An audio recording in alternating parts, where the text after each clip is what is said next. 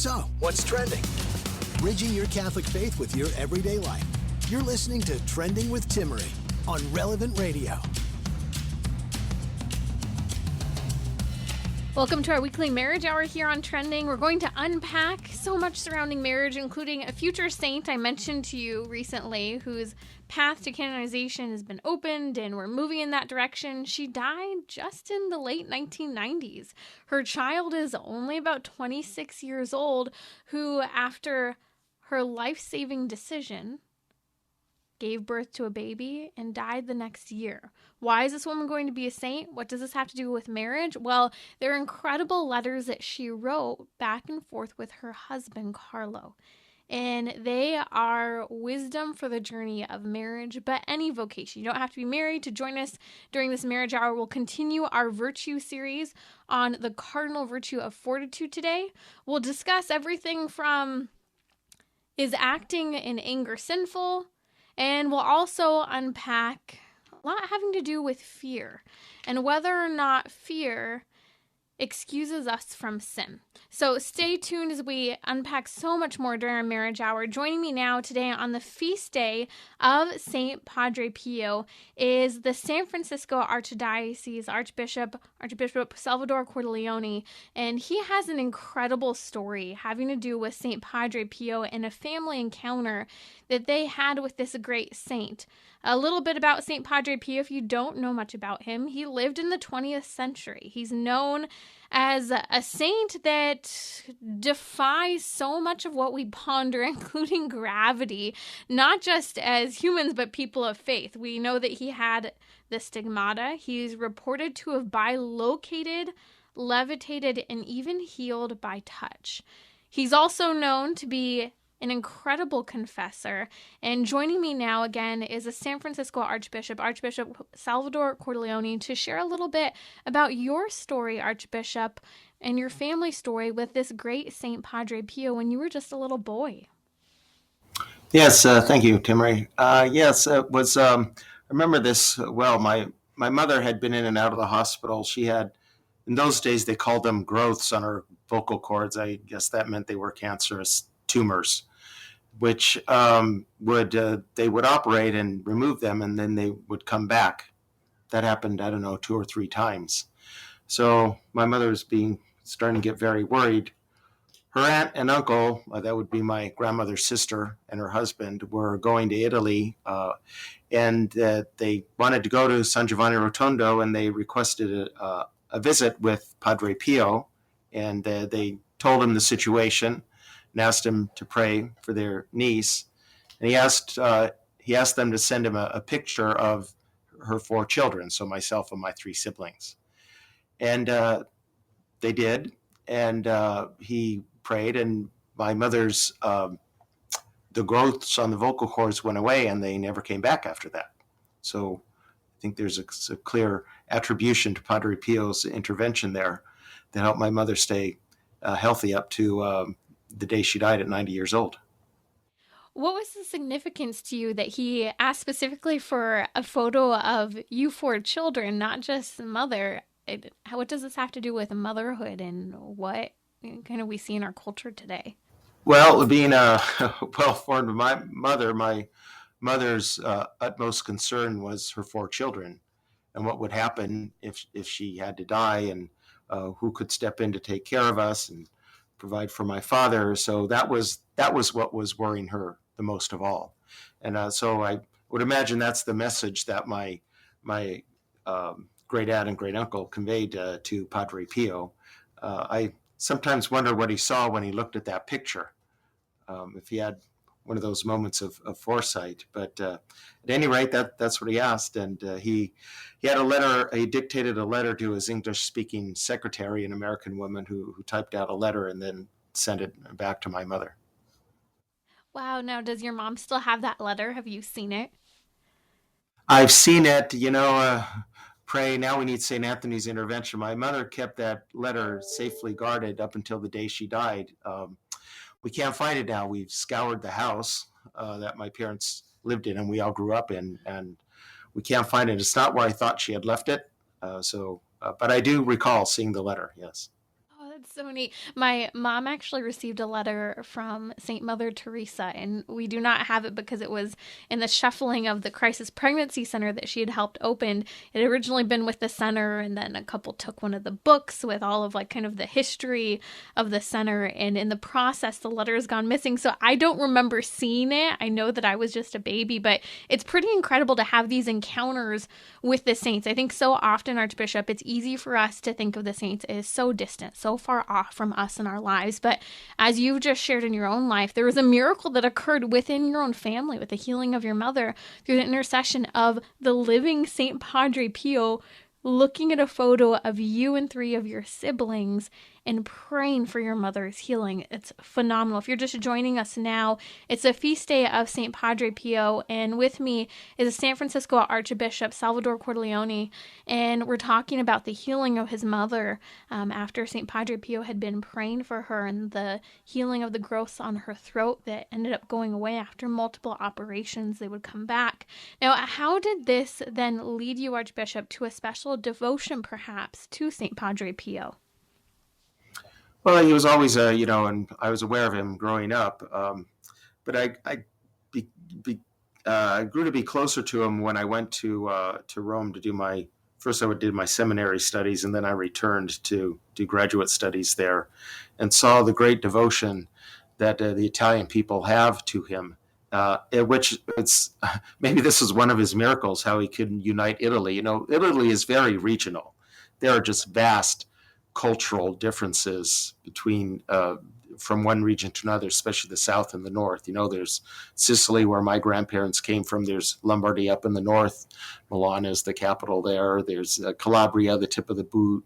Puglia, where Padre Pio was from, which is the heel of the boot. And then there's the region up, say, Venice or Bologna. These vast differences. And there's not... now there's more in common, but even the dialects are so different one from the other. But one thing I noticed, wherever I went in Italy, there was always a picture of Padre Pio, and all Italians have a great devotion to Padre Pio. So I saw how holiness can, unite people that might otherwise be divided among themselves. I remember when I first heard about St. Padre Pio, it was a little challenging for me to hear things such as, well, he bilocated and he levitated, and even healing by touch, because we don't hear a ton about physical healings in this way, so immediate. How do we reconcile as people of faith when we hear stories about St. Padre Pio, who lived in the 20th century, as you've told the story, your own family's encounter with him? How do we kind of reconcile the closeness and time and proximity of the saint while also hearing things that are unthinkable in a sense to us? Yes, well, these are classic signs of holiness, of really extreme advanced holiness. And Padre Pio seemed to have all of those signs of bilocation and levitation and stigmata, being able to read people's souls. So many stories about him as a confessor. He had all of those qualities, and of course, that doesn't happen without great suffering. It's only great suffering that can bring about such great signs of holiness. He died in 1968, and so I was alive then, obviously, and I remember how the world was changing so quickly and so radically in those years. And I think that God must have given us this very special saint, unique really with all those marks of holiness, right at a time when the world needs a witness like that. And in time with this canonization to hold him up and recognize his great holiness, we certainly need his example and his intercession with what we're experiencing in the world nowadays. You're listening to Relevant Radio, Trending with Timmerie. We're with the San Francisco Archbishop, Salvatore Cordileone. Something that just stood out to me about what you said about St. Padre Pio and kind of reconciling his bilocation, his levitation, all of these things that we hear that he's reported to have done, and you mark it as a sign of holiness, but also the awe and the mystery of our faith, and to have this sign of humanity so perfectly united to our Lord that this is what the human person was capable of. It makes me think in many ways about how the church, in her wisdom over the last 100 years, 200 years, has made 2 proclamations about the Assumption of Our Lady and the Immaculate Conception. These things that have truly helped us, I think, to ponder yet again how important it is to see and have hope in humanity, and the perfection of a human person through the grace of Jesus Christ. How has St. Padre Pio's life continued to unfold for you in a similar type of inspiration? I think about his steadfast, fidelity. He was under, so much scrutiny and silenced, and what I suppose nowadays we would consider harsh treatment. But I think it's a sign of how seriously the church takes these things and these investigations. But he never sought out to be a kind of a personality cult or a rebel or to make a name for himself. He accepted all with great patience and great faith.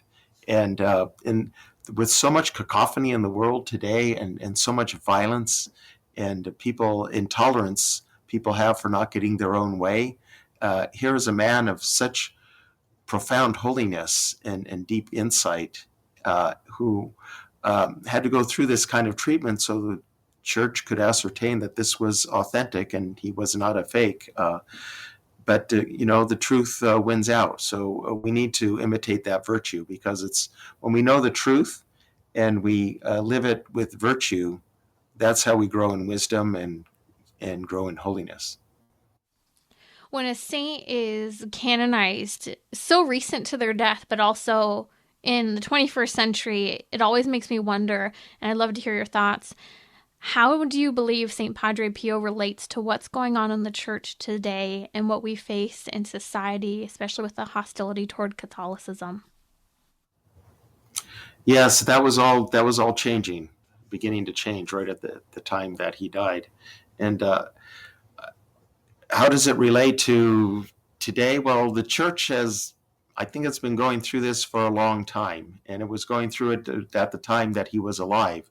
It seems to be getting more intense. But again, Padre Pio followed the path of humility, of prayer, and fidelity, despite how radically things were changing. And things were changing in Italy too then. So there certainly was a much stronger Catholic culture then than now, but things were changing then also.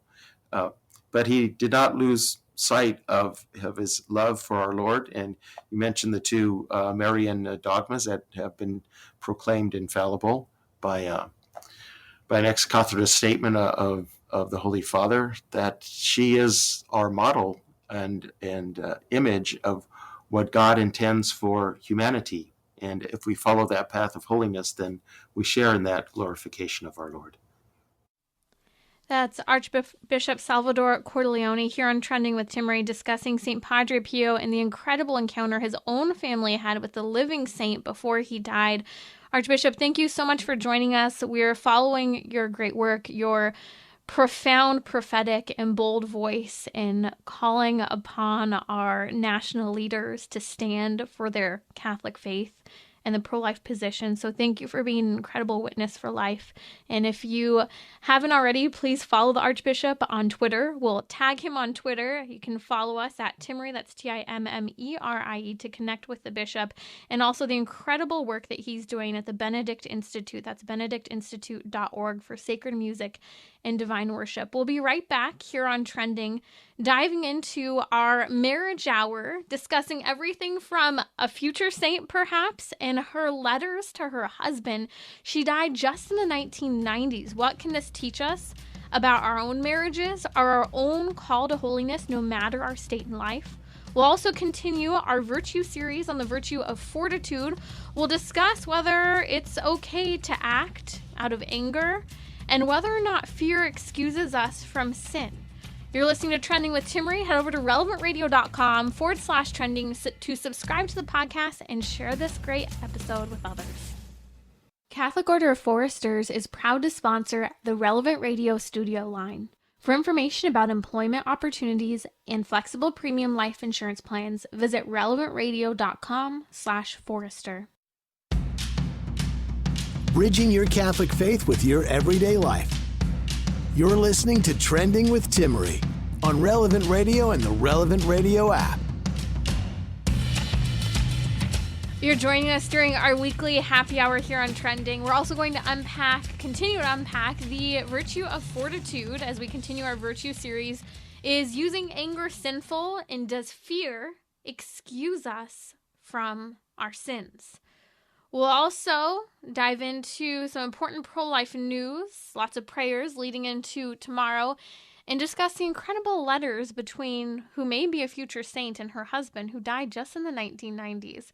But before we go there, I had a really awkward question asked of me this past week, and I thought, oh man, I don't even know if I want to talk about this. And I went, you know what? No, this is an important marriage question. We will go there. And I spent a lot of time really pondering this question, and I'm waiting for it. I think that a lot of women are going to have their hackles up, raised over this question, because it's a really, I think, tough topic. Husband actually wrote an email to me. Tony wrote me an email, and he's basically asking how to approach his wife on the topic of modesty with the wisdom of the church. And he's posing concern about extremely revealing clothing that is a norm in terms of her wardrobe. And I went, oof, that's a tough one. I don't know if he's approached her before. I'm just telling you what I've got from the email. So, Tony, if you're listening, I hope that I get to hear a follow-up on how this goes. And maybe you have a piece of advice. Number is 1-888-914-9149. I'm always hesitant when it comes to the topic of modesty. Because let's be real, honestly, I think for many of us women, it's one of those topics that can be the most enraging. Here's the deal, and maybe you're mad right now. You're like, how dare this husband want to talk to his own wife about modesty and tell her how to dress? But on the other end, I know another woman in my own life, whose husband insisted that his wife wear super skimpy clothing. However, and she's a mom of multiple kids. However, he was insistent that their daughter, wore incredibly modest clothing.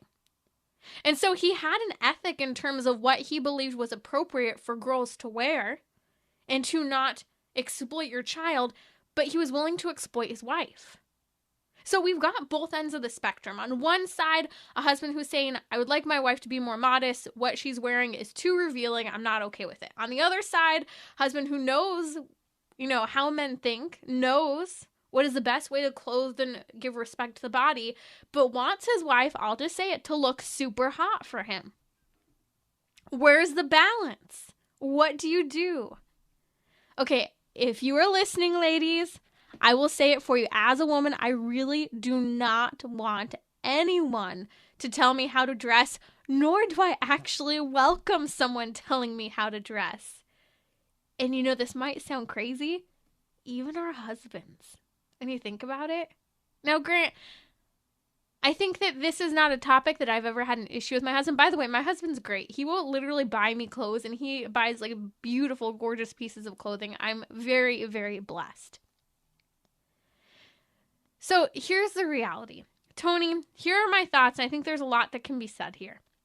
We have to understand, first and foremost, that we women are under a tremendous amount of pressure when it comes to how we look.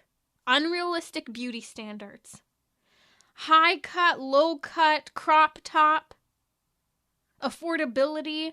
Clothing can be extremely difficult. Then you add different body shapes and certain clothes made for particular body shapes. You add longer legs. Something that could look modest on one person could look totally immodest on another person.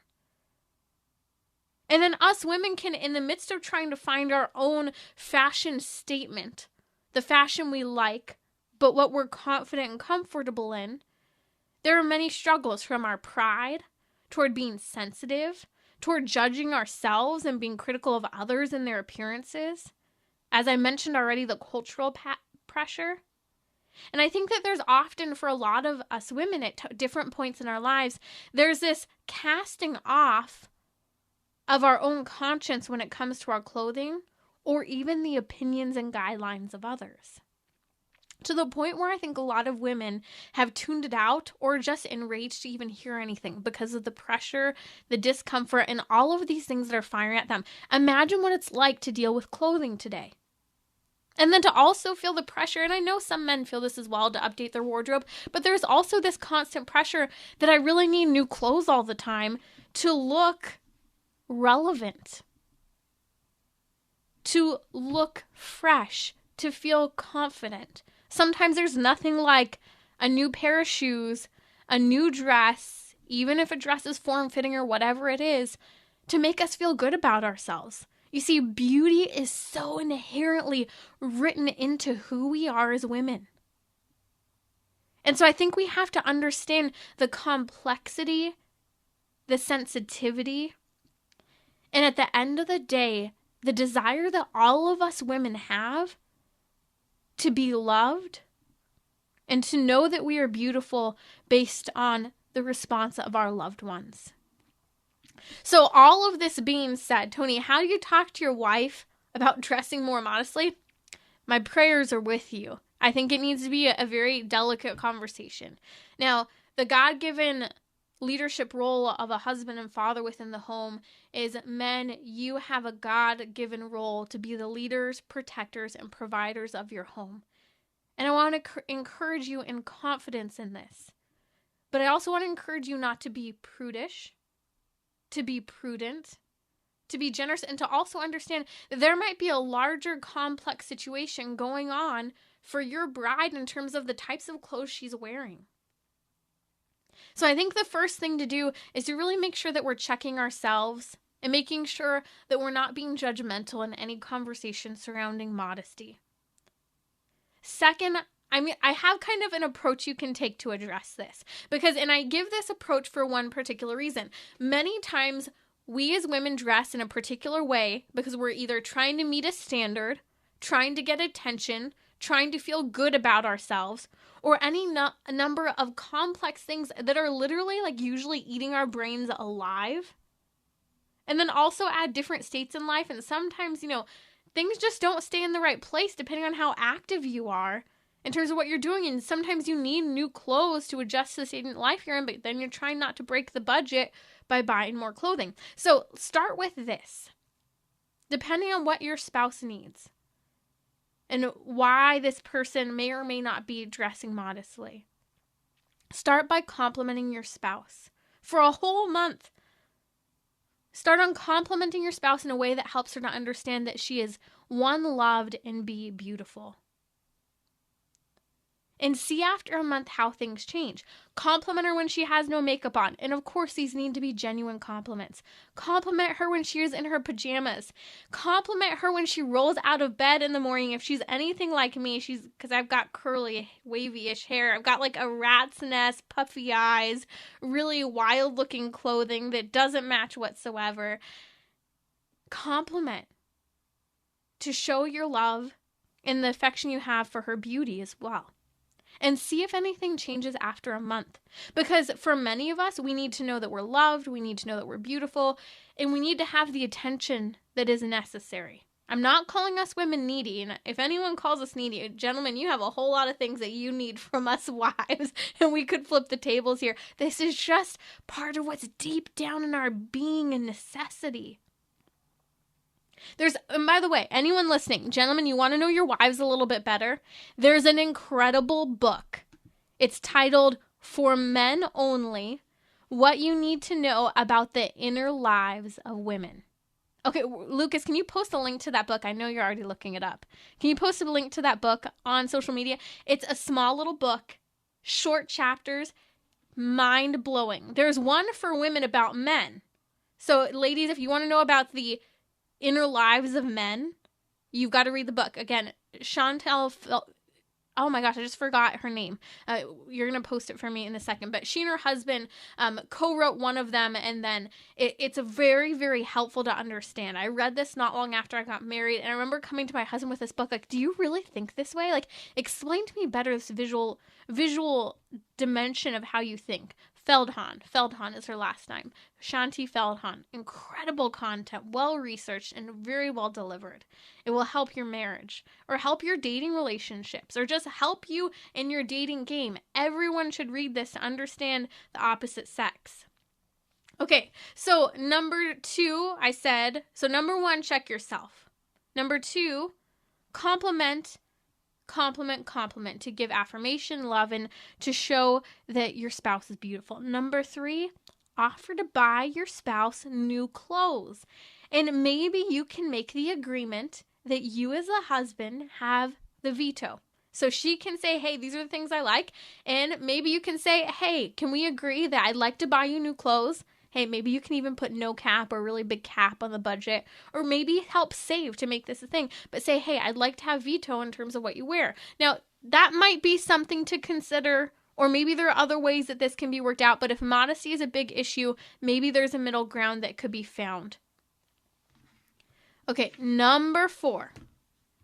And again, I've been saying this all along, but understand your wife's need to be loved and to believe she's beautiful based on the compliments that you give her.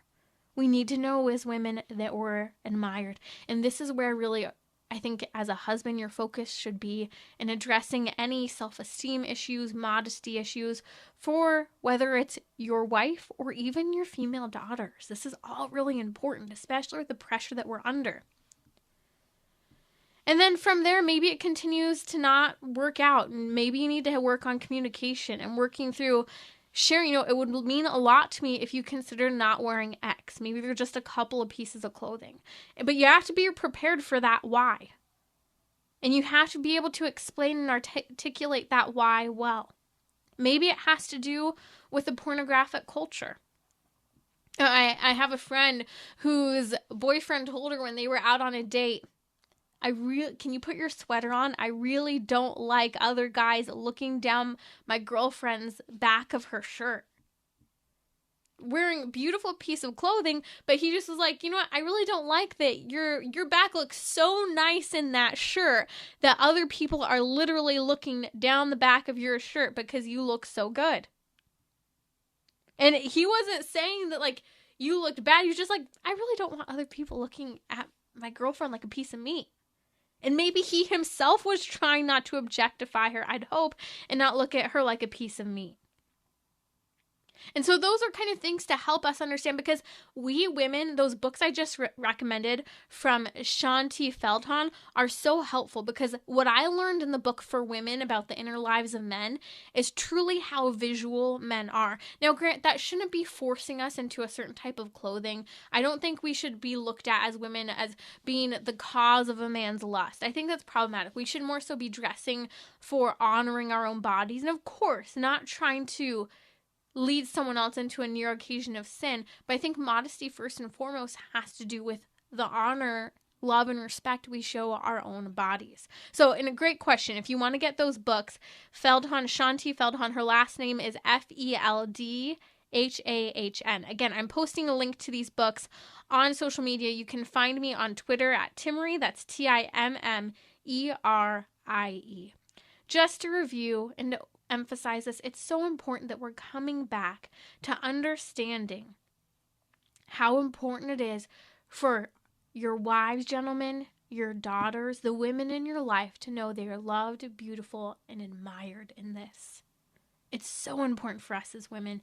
You're listening to Trending with Timmerie here on Relevant Radio during our weekly marriage hour every Thursday, having to do with everything from dating, relationships, toward marriage and seasoned marriage. Briefly, I just want to share with you an exciting update. You may have started participating in the new 40 Days for Life campaign that kicked off yesterday, the 22nd of September. It will run all the way through October 31st. And one piece of very exciting news that was received today, there's actually a 40 Days for Life campaign, not only in your local neighborhood at your local abortion clinic, most likely. You can find that at 40daysforlife.com. That's the number 40daysforlife.com, and sign up to pray and fast for an end to abortion and actually pray in front of the abortion clinic. But here's the news. There's actually a 40 Days for Life campaign occurring in Uganda. Not even just here in the United States. They're all over Europe, across the world. But in Uganda, On the first day yesterday of the campaign, a baby was saved from a late-term abortion. Isn't that incredible? Now, I want to encourage you. I was out there yesterday, the first day at our local abortion clinic, and it had been a little while since I was last out after having had the baby and moved and everything that's happened in our life. Really, I felt bad for not going out sooner, because the reality is that day after day, there are babies and their mothers walking into that abortion clinic. And sometimes no one's there to pray, to intervene, or to just stand there so that someone knows that they are cared for so much, that someone's taking time out of the middle of their day, on a weekend, in the middle of their workday, to be there and pray.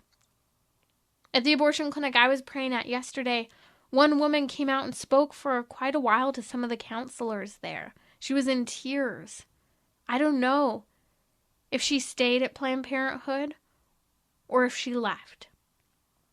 I don't know what the outcome of her baby is, but at least she knew people were there and she had more information about this precious life of her child, and also the long-term impact that abortion could have on her.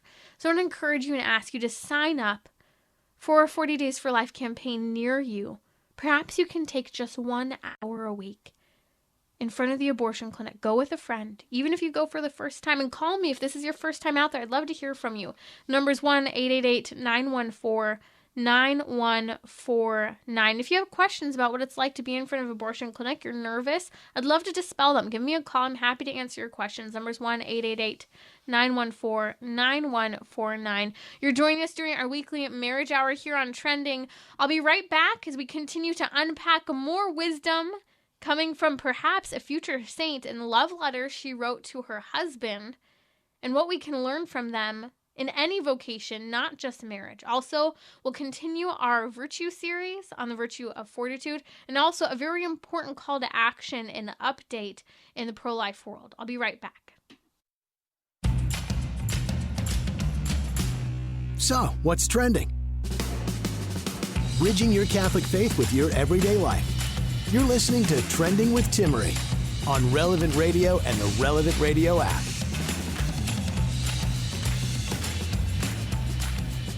Maria Cristina Mocellin, will she be a saint? Right now, she is officially a servant of God, which means she is in the path. Her cause for canonization, beatification, all of that is being pushed forward as of this week by Pope Francis. She may be one of our next official Italian saints.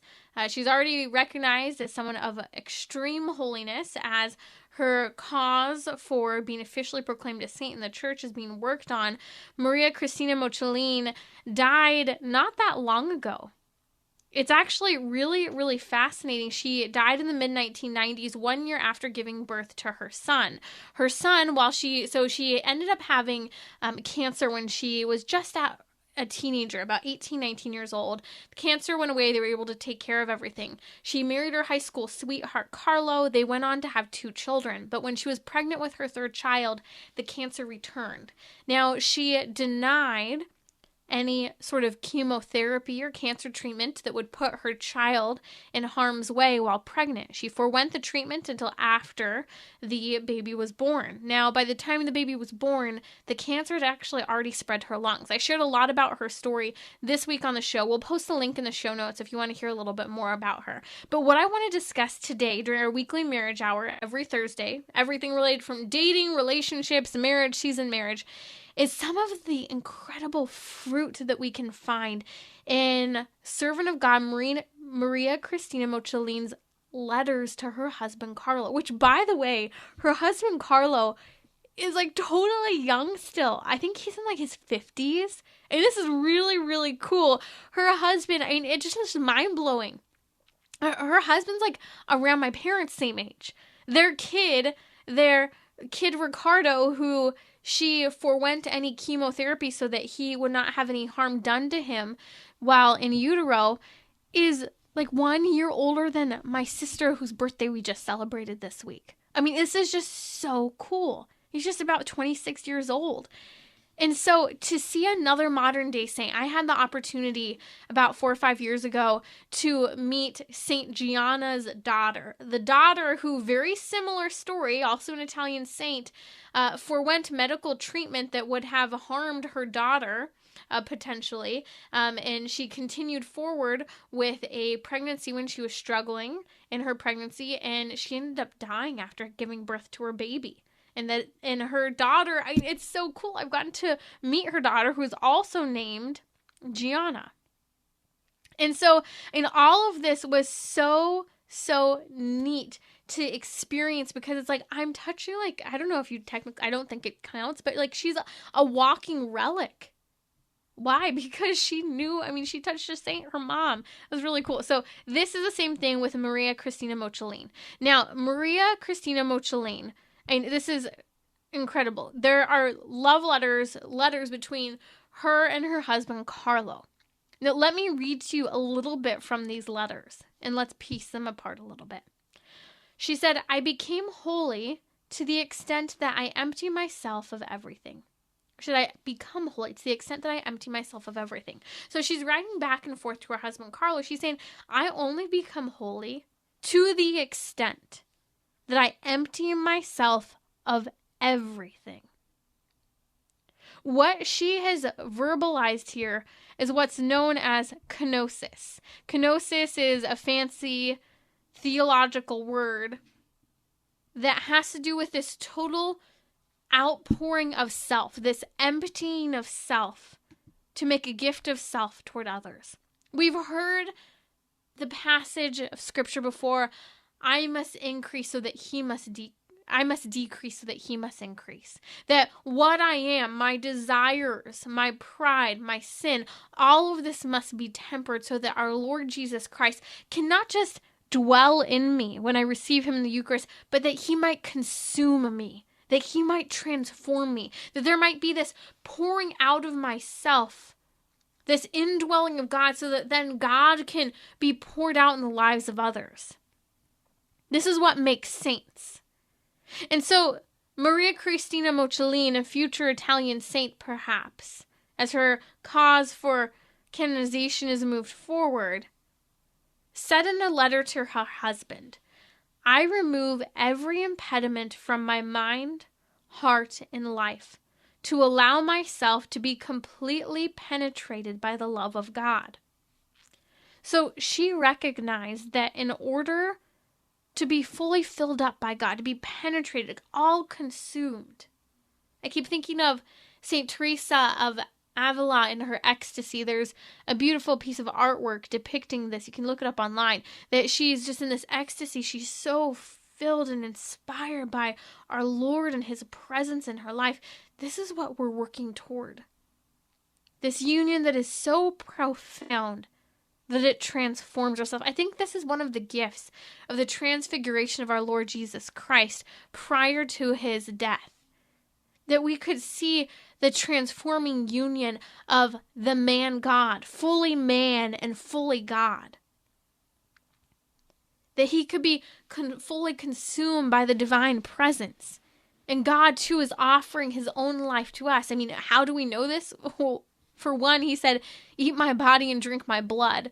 And we're called to do this every single Sunday at Mass. But here's something more that Maria Cristina Mocellin said in the letter to her husband, Carlo. She gives a concrete example of how she can remove every impediment in order to be penetrated by the love of God. I love this concrete example. She says, more concretely, it means living everyday life with great simplicity in the family, in the study, in the relationship with you, Carlo. And then she goes on to say this, my place is in the simple and routine. This is something I really take to heart, especially as a wife and a mother. So many moments of our day and even moments of our night can be taken up with a simple, quick couple of hours that go by so quickly. I don't know where the time goes sometimes. And we're being reminded that by an emptying of ourselves and seeing the simplicity of how God can penetrate our lives, transform what can seemingly be the mundane, the exhausting, and even moments of resentment, perhaps, regret, lost dreams, sick of cooking, overwhelmed by laundry, exhausted from all of the work and the errands and the coming and going. That this woman is on the path to being proclaimed a saint of the church. Why? Because she saw that the path to her holiness would only be through the sanctification of those simple moments throughout the day. As she said, this is lived more concretely in everyday life with great simplicity, in the family, in the study, in the relationship with you, Carlo. That is her husband. And then let's take more seriously this last line. She says, my place is in the simple and routine. Maybe you're struggling with the mundane, with the repetition, with the isolation perhaps, especially over the last year and a half, or just the isolation that comes with starting and having a family and being more present and a little more exclusive with your immediate family unit. That in those moments, in ordinary life, by extraordinary love, God can transform us and call us to be saints, just as he has called Maria Cristina Mocellin, who only died about 25 years ago. You're listening to Trending with Timmerie here on Relevant Radio. If you missed it, it is a feast day of St. Padre Pio. And earlier in the episode, you're going to have to listen to the podcast if you didn't catch it. Our very own Archbishop Cordileone of the Archdiocese of San Francisco joined us to share his personal story that his family had when they encountered the great Saint Padre Pio before his death, and they asked for his prayer intercession. You'll have to listen. It's an incredible miracle, profound story about a modern day saint just of the 20th century who knew people who are heads of our church today. It's pretty incredible. So be sure to head over to relevantradio.com/trending to subscribe.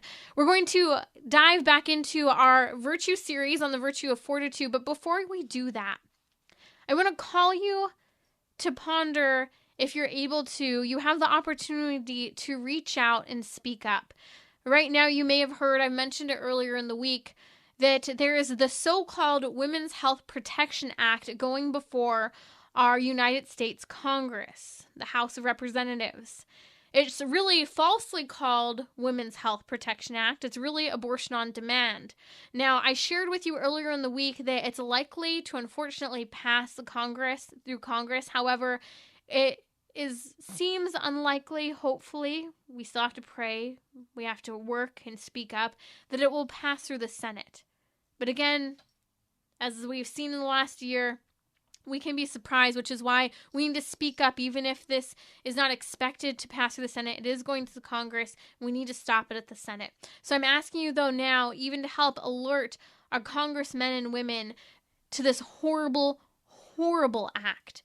This act would actually look at overruling existing pro-life restrictions in states across the nation and prevent future restrictions from being implemented. It would allow abortion access in any stage of a pregnancy. That's all the way up to birth, while birth is occurring. As long as that head doesn't come out, you can actually abort the baby, even with part of the baby's body outside of the woman's uterus. This would also probably abolish parental notification laws that requires a parent's minor to know about their intention to obtain an abortion. It would also force us taxpayers to put our money toward not just domestic abortions, the killing of babies, but also to abort and kill babies in other nations abroad. It would also force medical workers to act against their conscience by participating in and referring others for the life-ending decision of abortion and the damaging decision done to women.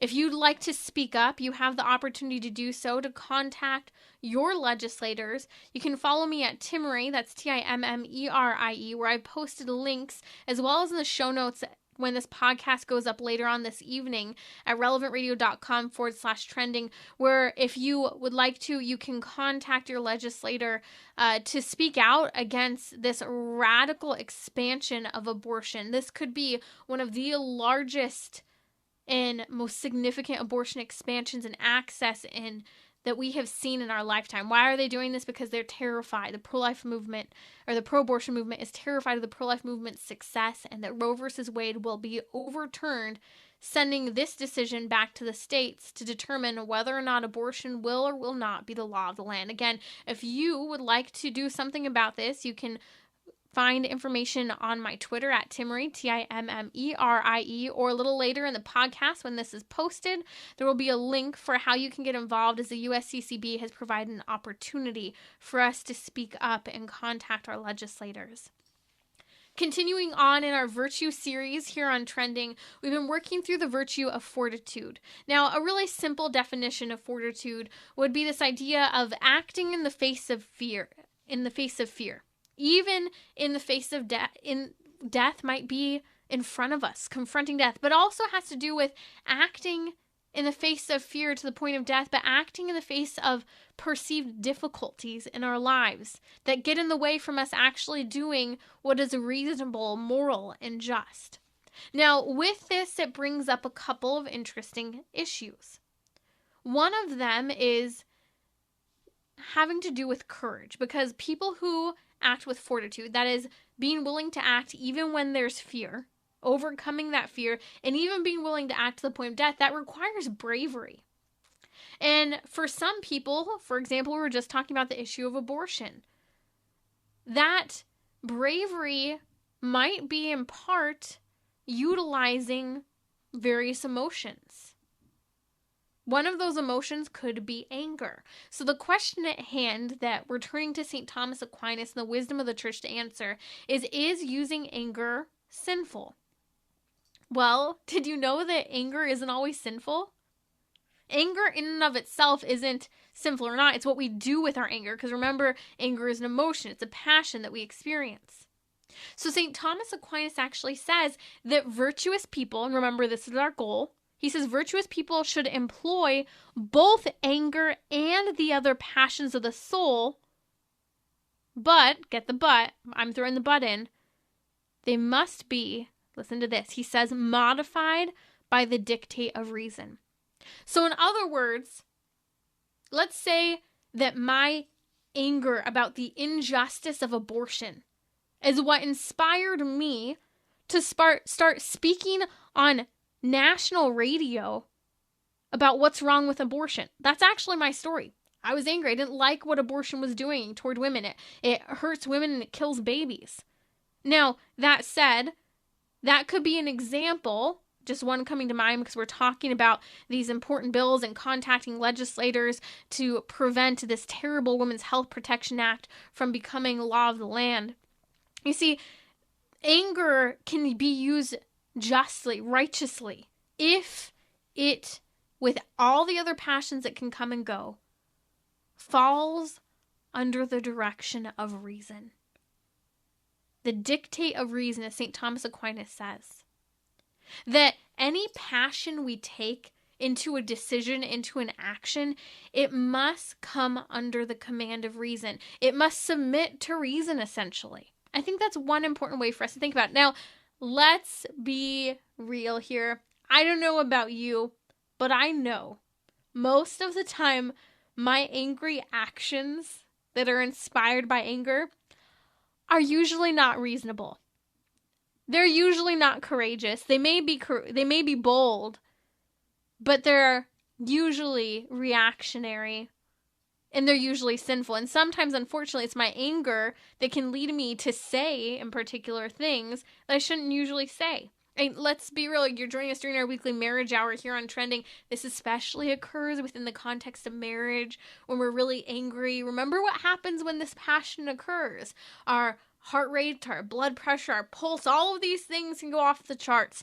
We can start to get really hot and red and heated and overwhelmed. And if we don't put ourselves in check, if we don't allow our emotions, our passions, and even the bodily experience of anger to submit to reason, well then, yes, our actions can be sinful. But if we're taking our anger and we're submitting it to reason, then anger isn't necessarily sinful when we have it as part of our action. And this is very important for us to understand, especially as we're discussing courage, fortitude, and growing in virtue. There's one other thing, though, I do want to touch on, and that is, does fear excuse us from sin? This is a really great question. Does fear excuse us from sin? That is where someone's afraid, therefore they do something disagreeable because of that. Well, this is a great question. I think that we have to really understand that fear in the spiritual life really can often have to do with the despair that we experience. Now, whether or not an action is sinful because we acted out of fear really depends on whether or not we're acting voluntarily. So, are we voluntarily acting when we're afraid, or are we doing it by choice? If we do it by choice and we sin, that's wrong if we're doing things out of fear. But if we're doing things because we don't know, it's not intentional, well, that is not sinful.